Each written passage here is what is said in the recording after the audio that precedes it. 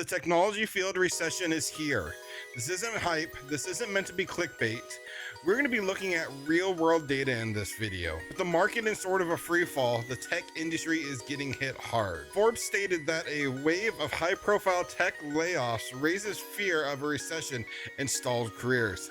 Business Insider reported that over 30,000 tech employees lost their jobs as of July. So in this video, we're going to be talking about things you need to know to prepare yourself for the coming storm and why this recession could be beneficial if you respond and adapt accordingly. All that and more coming up after this.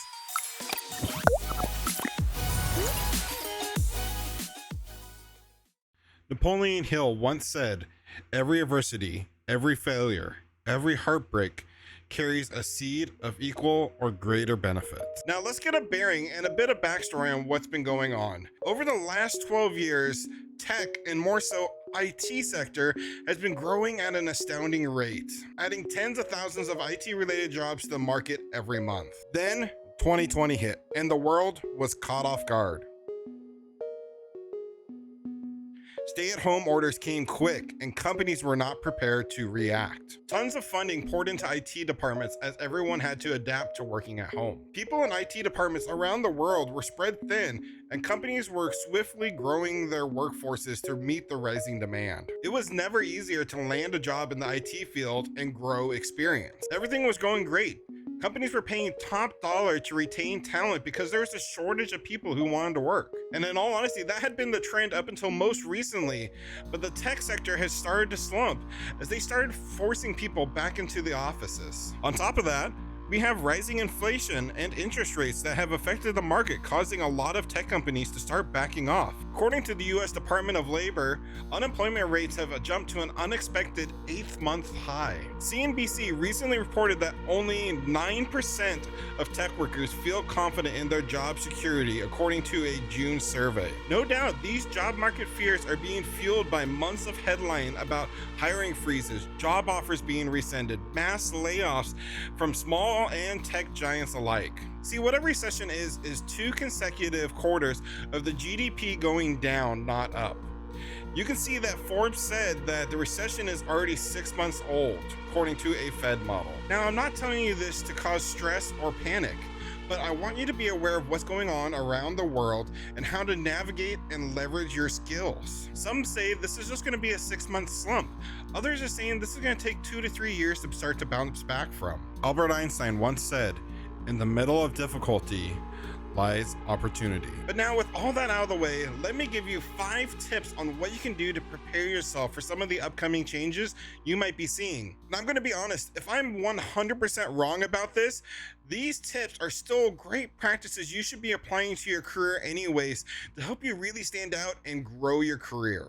So tip number 1, don't become complacent. So often employees get too comfortable in their jobs and stop looking for ways to grow, develop, and challenge themselves. This may be tough at times, particularly when an organization is experiencing change, but you must always be looking for ways to stay relevant and not allow the pace of change to get in front of you. Number 2, don't have "that's not my job" attitude. Most managers can quickly identify employees who are not willing to take on extra work or projects outside their typical job description. Honestly, it is easy to push back on additional work, but stretching yourself and taking on new projects brings job security. The bottom line is, no matter how politely you turn down work outside of your normal responsibilities, it really puts a negative label on you. And you know, when layoffs are on the table, management will keep those employees who can diversify and pick up the extra tasks.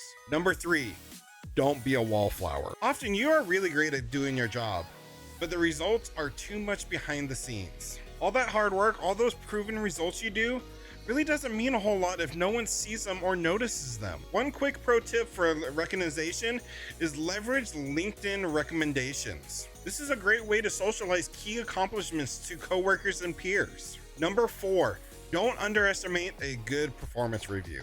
When management gets the word about layoffs, one of the first places they go is documented performance reviews. Often turning to documented reviews and reprimands is how companies safeguard themselves from legal actions during a reduction of workforce. It's So make sure and spend time with your manager, reviewing your performance reviews and analyzing key areas of improvement. And in all honesty, this ensures you're up to speed with their expectations and getting good feedback. And my final tip to you guys is network, network, network. So often in IT, it's not what you know, it's who you know, the different people you network and build connections with. You always, no matter what's going on in the world, you always want to be networking internally and externally while you're employed. I see it happen too many times where people get too busy with work and forget to network with other people. In the event you get laid off, say your department gets eliminated or outsourced, you want to make sure and have a good network of people who knows your skills and capabilities and can make recommendations on your behalf, or maybe they might see other job opportunities that you'd be a great fit for and they can recommend them for you. In one of my last videos, I interviewed the host of the Big Bald Azure Guy here on YouTube, and this is what he had to say about networking. And 9 times out of 10, we all know it's not what you know, it's who you know. So I tell everybody to use your LinkedIn profile to connect with people. Connect with folks like you and me. I mean, I will accept an invite from almost anybody. Like, that's how I got my job with Trace3. I knew people. I became a free agent, and within 48 hours, I had 3 verbal offers and 2 written offers from 3 different companies. I didn't even put on LinkedIn that I'm looking for work. I just mentioned through friends that I'm a free agent now. Having a strong network will really make any transition much easier for you. The most important thing I want you to take away from this video is whether I'm right or wrong about an upcoming recession. All the things I mentioned, all the tips and tricks I listed out in this video are things you should be doing no matter what anyways. You should be building your network.